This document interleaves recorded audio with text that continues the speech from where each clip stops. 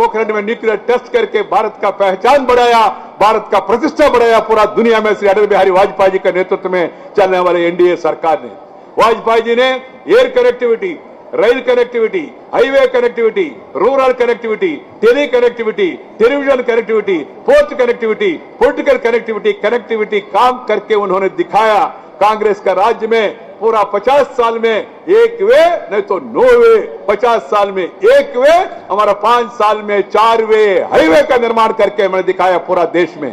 तमिलनाडु से लेकर चेन्नई से लेकर विशाखापट्टनम तक, वहां से लेकर कलकत्ता तक, कलकत्ता से दिल्ली तक, दिल्ली से जयपुर तक, जयपुर से मुंबई तक, अहमदाबाद तक, मुंबई तक, मुंबई से बैंगलोर तक, बैंगलोर से कृष्णगिरी, धर्मपुरी, कन्याकुमारी 4 वे हाईवे, 50 साल में एक वे, 5 साल में 4 वे हाईवे का निर्माण करके हमने दिखाया। लोगों को यह याद दिलाना चाहिए, केवल नेशनल हाईवे नहीं, गांव गांव का सड़क का निर्माण करने का काम प्रधानमंत्री सड़क योजना वाजपेयी जी के जमाने में शुरू हुआ। हमने 60,000 किलोमीटर पूरा देश में हमने ग्रामीण सड़क योजना बनाया। आप सबको मालूम है, आप में भी बहुत लोग गांव से आया हुए, गांव में सड़क नहीं है तो विकास नहीं होगा, सड़क नहीं है तो कोई काम नहीं होगा। Video, DDO, ADO, collector, doctor, actor, tractor कुछ नहीं आएगा, गांव में नहीं आए तो विकास नहीं होगा। इसलिए प्रधानमंत्री ग्रामीण सड़क योजना एक अच्छा काम है। कांग्रेस का 50 साल में 3 करोड़ टेलीफोन, हमारा 5 साल में 60 करोड़ नया टेलीफोन कनेक्शन हमने दिया है, आईटी कनेक्शन दिया। ये टेलीविजन चैनल्स देखो, कांग्रेस का राज्य में 50 साल में एक ही चैनल दूरदर्शन, दूर से दर्शन करो, ब्लैक एंड व्हाइट देखो। हमारा जमाने में 5 साल में 600 नया टेलीविजन चैनल्स आया। कितना चैनल्स है याद रखना भी मुश्किल है। ई टीवी, मी TV, Maa TV, Uday TV, सायम TV, Surya TV, Chandra TV, राज तक, आज तक, कल तक, सीधी बात, उल्टी बात, कितना बात है याद रखना भी मुश्किल है। Making news, breaking news, good news, bad news और कुछ नहीं तो खुद उनका न्यूज भी चलाते हैं आजकल। हम लोग देख रहे हैं मिडनाइट मसाला भी आ रहा है टेलीविजन चैनल्स में आजकल।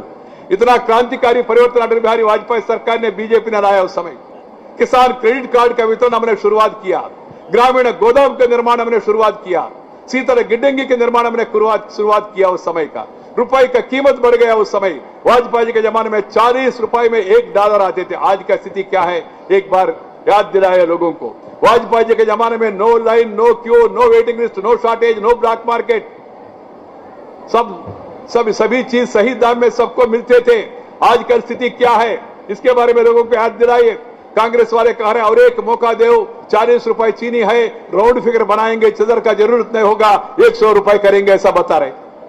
प्याज का दाम क्या है, टमाटर का दाम क्या है, दिल्ली में स्थिति क्या है। बीजेपी के जमाने में एक बार थोड़ा प्याज का दाम बढ़ गए तो कांग्रेस वाले प्याज का बड़ा बड़ा कटआउट सिर में लगा के पूरा उन्होंने उस समय जुलूस निकाला।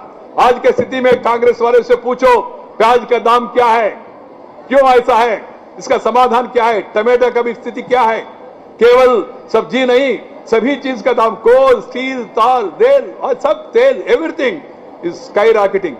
इसलिए मित्रों और साथ ही साथ वाजपेयी जी ने 23 पॉलिटिकल पार्टीज को साथ लेकर सरकार बनाया। 23 पॉलिटिकल पार्टीज, तमिलनाडु में डीएमके, पीएमके, एमडीएमके, बीच बीच में एडीएमके, अम्मा जयललिता, कर्नाटक में लोक शक्ति, आंध्र प्रदेश में तेलुगुदेशम, महाराष्ट्र में शिवसेना, पंजाब में अकाली दल, ओडिशा में बिजू जनता दल, बिहार में समता, बंगाल में ममता, पूरी देश में भारतीय जनता, ऐसा कहके 23 पॉलिटिकल पार्टीज के साथ लेकर उन्होंने सरकार चलाया। ऐसा बढ़िया सरकार दिया हमने।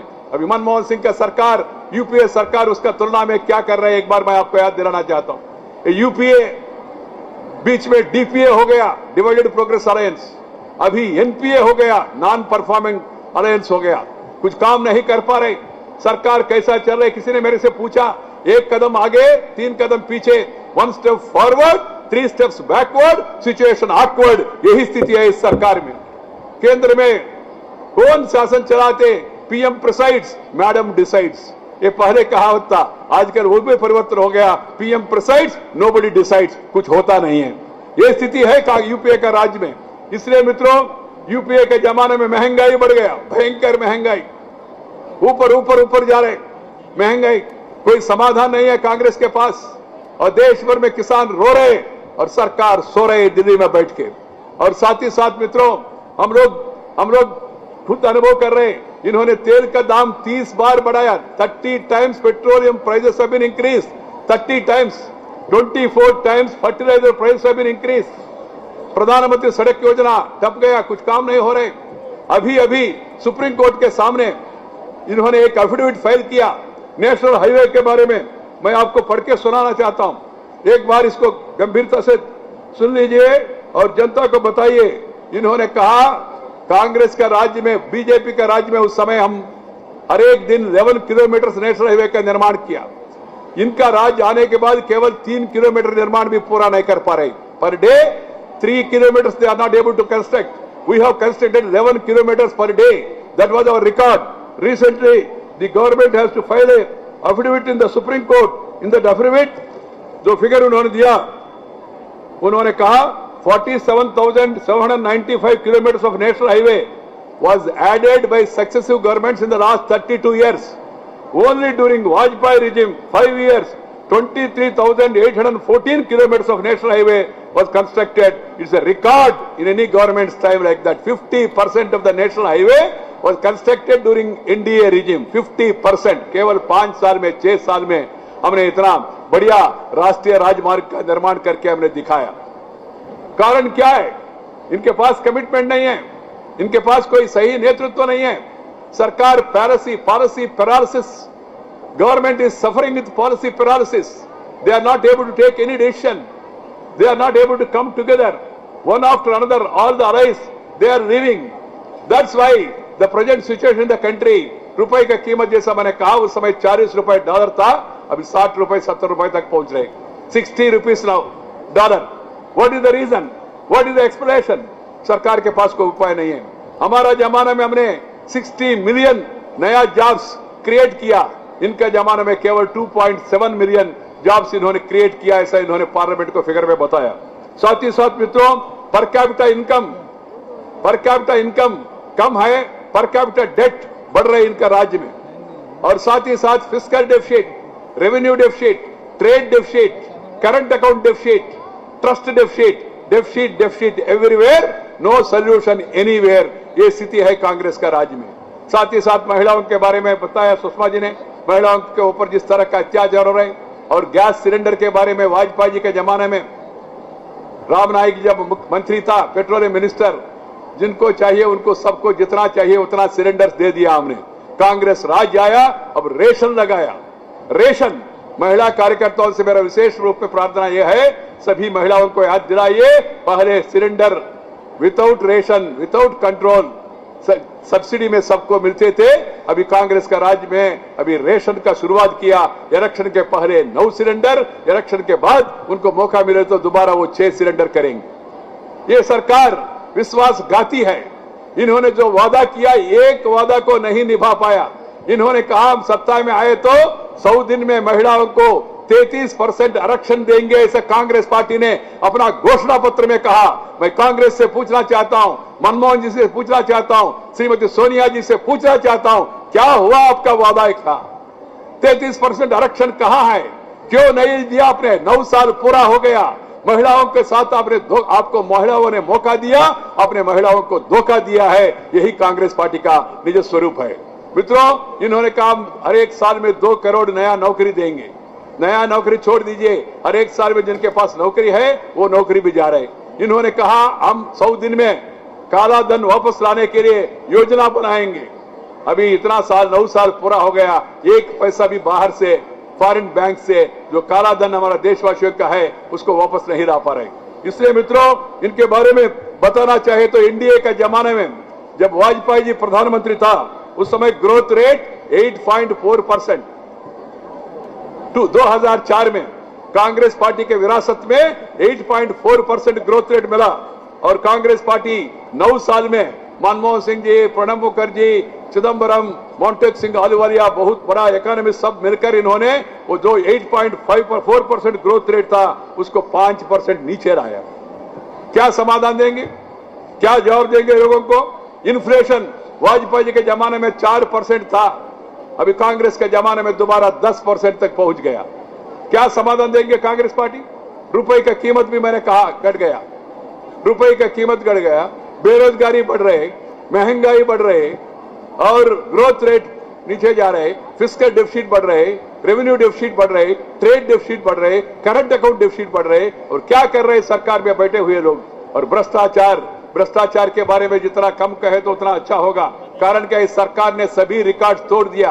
पूरा दुनिया में इतना भ्रष्ट सरकार कभी भी किसी देश में आया नहीं होगा। ऐसा भयंकर भ्रष्टाचार और घोटाला इस सरकार में हुआ। हमारा सरकार में काम, वाजपेयी जी के सरकार में बीजेपी शासित प्रदेशों में काम काम काम, और कांग्रेस का शासित प्रदेशों में स्कैम स्कैम स्कैम, यही इनका नारा हो गया। मित्रों, भूतल में घोटाला, कॉमनवेल्थ गेम्स, और भूगर्भ में घोटाला, कोयला घोटाला, आकाश में घोटाला, इन्होंने हेलीकॉप्टर का घोटाला, अंतरिक्ष में घोटाला, 2G घोटाला, अंतरिक्ष को नहीं छोड़ा, आकाश को नहीं छोड़ा, भूतल को नहीं छोड़ा और भूगर्भ को भी नहीं छोड़ा। किसी को छोड़ने के लिए तैयार नहीं है। सभी इलाके में इतना भ्रष्टाचार करके इन्होंने पूरा रिकॉर्ड तोड़ा है। इसलिए मित्रों, जनता बहुत नाराज है, कांग्रेस पार्टी से दुखी है, नाराज है, इनको छुट्टी करना चाहते हैं। और कुछ लोग कहते इसका विकल्प क्या है, कांग्रेस तो जाएगा मगर बीजेपी आएगा क्या, नहीं आएगा, नहीं आएगा, ऐसा कुछ लोग प्रचार कर रहे हैं। मैं आप लोगों को बताना चाहता हूं, ये देशवासी अभी भी वाजपेयी जी का जमाना, ये देशवासी अभी भी नरेंद्र भाई मोदी का जमाना, शिवराज सिंह चौहान का जमाना, रमन सिंह जी का जमाना, मनोहर पर्रिकर का जमाना, जहां जहां बीजेपी सरकार ने अच्छा काम किया उसके बारे में जिक्र कर रहे। वो लोग चाहते हैं ऐसी मॉडल पूरा देश में दोबारा आना चाहिए, यही लोगों में इच्छा है। कॉलेज में, यूनिवर्सिटी में, रेस्टोरेंट में, सिनेमा हॉल में, बस स्टैंड में, जहां भी 4-5 लोग मिले, सब लोग एक ही चर्चा कर रहे, कांग्रेस को छुट्टी करना है, बीजेपी को वापस लाना है। ये पूरा देश में यही नारा है। इसलिए मित्रों, मेरा कहना यह है, आपको अपना इलाका में भी अपना प्रतिनिधि, अपना लोकसभा सदस्य बीजेपी का होना चाहिए, इसके बारे में लोगों को कहना चाहिए। दक्षिण में, पूर्व में, पश्चिम में, उत्तर में, सभी इलाका में यही मूड है, पूरा देश का मूड यही है। मगर कांग्रेस पार्टी दुष्प्रचार कर रहे, इश्यू को डाइवर्ट करने के लिए प्रयास कर रहे।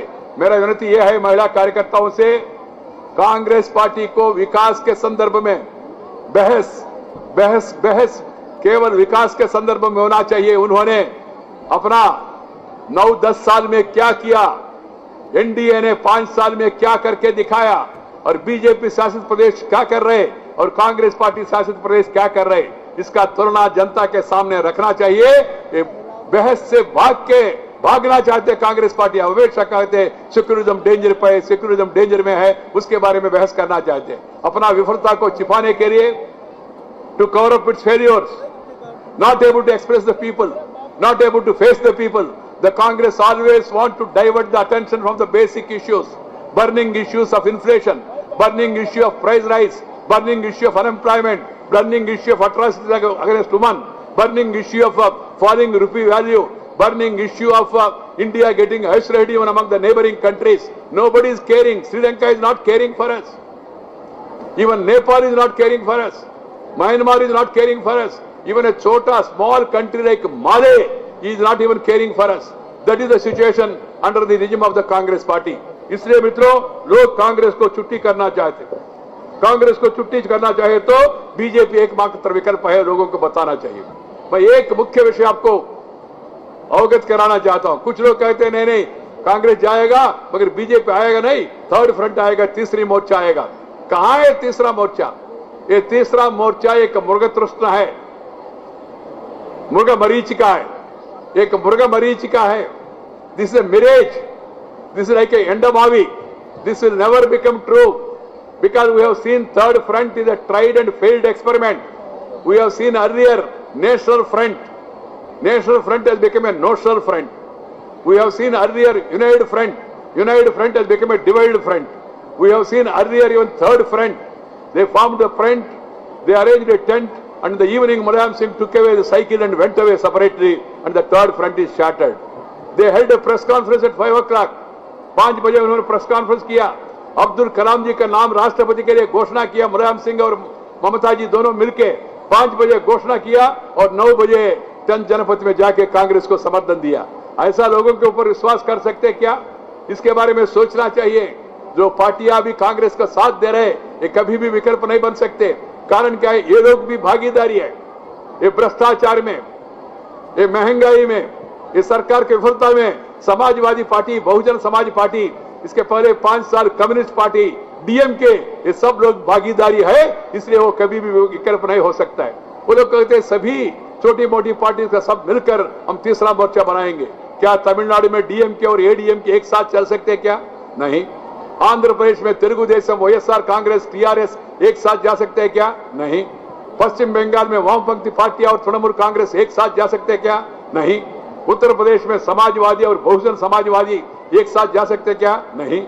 बिहार में नीतीश कुमार और लालू प्रसाद एक साथ जा सकते हैं क्या? नहीं। फिर कहां है तीसरा मोर्चा? पूछना चाहिए, तर्क के साथ लोगों को अवगत कराना चाहिए। देश के सामने एकमात्र विकल्प है भारतीय जनता पार्टी। जो गुजरात सरकार है, जो गुजरात मॉडल का डेवलपमेंट है, इसके बारे में पूरा देश में चर्चा हो रही है। तीसरी बार नरेंद्र भाई मोदी जी के नेतृत्व में गुजरात में भारतीय जनता पार्टी का सरकार बना है और बढ़िया काम कर रहे हैं। मुझे विश्वास है तीसरा बार मध्य प्रदेश में भी श्री शिवराज सिंह चौहान का नेतृत्व में सरकार बनेगा, दोबारा बीजेपी सरकार वहां वापस आएगा। और मुझे विश्वास है छत्तीसगढ़ में भी रमन सिंह जी के नेतृत्व में भारतीय जनता पार्टी सरकार दोबारा बनेगा। कारण क्या है? उन्होंने जो अच्छा काम किया, वो काम के आधार पर लोग हमको मैंडेट देना चाहते हैं। इसलिए मित्रों, लोगों को बताना चाहिए, लाडली लक्ष्मी योजना मध्य प्रदेश का बढ़िया है। देश में अन्य प्रदेशों में कांग्रेस वाले भी इसको कॉपी करने के लिए कोशिश कर रहे हैं। कृषि क्षेत्र में देश का ग्रोथ रेट 3.5%, मगर मध्य प्रदेश का growth rate 18.92%, highest record in Madhya Pradesh about agriculture growth rate. कृषि क्षेत्र में इतना विकास कभी भी नहीं हुआ। गुजरात में 10 से 12% हमेशा ग्रोथ रेट रहा एग्रीकल्चर में, छत्तीसगढ़ में 12% ग्रोथ रेट, और कांग्रेस शासित प्रदेशों में आंध्र प्रदेश में agriculture growth rate is 1.96%, 1.96 in Congress ruled state, 18.92% in BJP ruled states. इसलिए मित्रों, मैं ज्यादा समय आपका नहीं लेना चाहता हूं। मेरा प्रार्थना इतना है, जैसा सुषमा जी ने कहा, एक हाथ में बीजेपी का झंडा, बीजेपी का सिद्धांत, बीजेपी का विचारधारा, दूसरी हाथ में हमारा एनडीए सरकार ने जो अच्छा काम किया और बीजेपी शासित प्रदेशों ने जो अच्छा काम कर रहे, उसका पूरा ब्यौरा आपका हाथ में होना चाहिए। हर एक कार्यकर्ता का हाथ में, कार्यकर्ता का करदीपिका के रूप में एक छोटा सा पुस्तक पार्टी भी तैयार कर रहे, पार्टी आपको देंगे। ये पूरा ब्यौरा के साथ जनता के पास जाना है। गांव गांव चलो, गली गली घूमो, घर घर पहुंचो, हर एक दरवाजे के ऊपर खटखटा करो, जन जन से बात करो। आप अंदर जा, आप बुलाए, वो बाहर आएंगे, उनको बताओ आप बीजेपी का है, वो आके आपका पीठ थपथपाएंगे और बताएंगे हम भी बीजेपी के साथ है। हर एक घर में अभी बीजेपी के बारे में चर्चा हो रही है, भारतीय जनता पार्टी के बारे में चर्चा हो रही है। इसलिए कांग्रेस पार्टी ये विकास का बहस से भाग के अन्य विषयों के ऊपर ध्यान आकर्षित करने के लिए प्रयास कर रहे। हम लोग कांग्रेस को भागने नहीं देना। विकास के बारे में चर्चा करने के लिए कांग्रेस को चुनौती देना है। चर्चा विकास के ऊपर होना चाहिए, डेवलपमेंट के ऊपर होना चाहिए, देश का हित के बारे में चर्चा होना चाहिए। बीजेपी आइडियोलॉजी के बारे में कोई चर्चा करना चाहिए तो हमको कोई आपत्ति नहीं है। बीजेपी का विचारधारा थोड़ा अलग है बाकी पार्टी की तुलना में। हम इस देश को एक शक्तिशाली भारत बनाना चाहते हैं। इस शक्तिशाली भारत के लिए शक्तिशाली भाजपा चाहिए, ये लोगों को बताना चाहिए। मित्रों, इसलिए चुनाव कभी भी होगा, नवंबर में हो गए तो केवल 100 दिन बचा है, मार्च में हो गए तो 200 दिन बचा है, समय ज्यादा नहीं है। इसलिए अभी से यहां से तालकटोरा स्टेडियम से दिल्ली से वापस जाने के बाद अपना अपना इलाका में चुनाव अभियान में आप सब लोग शामिल होना चाहिए।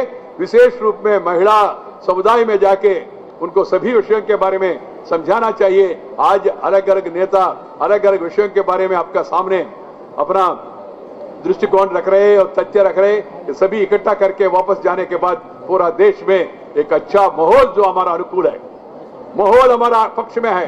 लोग चाहते हैं बीजेपी वापस आए। मुझे पूर्ण विश्वास है दक्षिण में भी पूर्व में भी कमल खिलेगा। भारतीय जनता पार्टी को काफी संख्या में सीट मिलेगा। కేవలం ఉత్తర భారతదేశంలోనే కాదు, నాకు పూర్తి విశ్వాసం ఉంది దక్షిణ భారతదేశంలో కూడా భారతీయ జెండా పార్టీ యొక్క జెండా ఎగురుతుంది, కమలం వికసిస్తూ ఉంది। భారతీయ జనతా పార్టీకి తమిళనాడులో, కర్ణాటకలో, కేరళలో, ఆంధ్రప్రదేశ్లో, పశ్చిమ బెంగాల్లో, అలాగే అస్సాంలో, అలాగే పూర్వోత్తర ప్రదేశాలన్నింటిలో కూడా, ఒరిస్సా అంతా కూడా భారతీయ జనతా పార్టీకి అత్యధిక సీట్లు వస్తాయనే విశ్వాసం నాకు పూర్తిగా ఉంది। ఎందుకంటే ప్రజలు కాంగ్రెస్ పార్టీ పట్ల బాగా అసంతృప్తితో ఉన్నారు। కులం పేరుతో, మతం పేరుతో, వర్గం పేరుతో, వర్ణం పేరుతో, జిల్లా పేరుతో, భాష పేరుతో జనాన్ని చీల్చిన కాంగ్రెస్ పార్టీకి గుణపాఠం చెప్పాలని దేశ ప్రజలంతా కూడా సిద్ధంగా ఉన్నారు.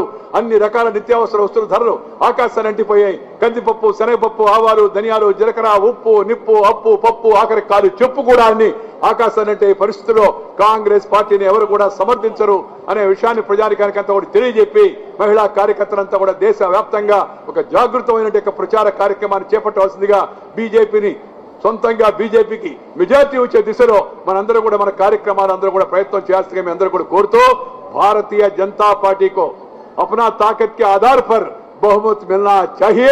इसी दिशा में हम सब लोग आगे बढ़ना चाहिए. मैं एक बार सरोज जी को और मृदुला जी को और उनका टीम को सबको बधाई देना चाहता हूं, कारण क्या इन्होंने एक बढ़िया कार्यक्रम का आयोजन किया. अब देश भर से आए हैं. आज का जो नेतृत्व का जो आपका आदेश होगा, जो संदेश होगा, उसको लेकर वापस जाके गांव गांव में भारतीय जनता पार्टी के बारे में आप सब लोग प्रचार अभियान में शामिल हो जाएंगे. इसी विश्वास के साथ मैं आपसे विदा ले रहा हूं. धन्यवाद. नमस्कार. जय हिंद.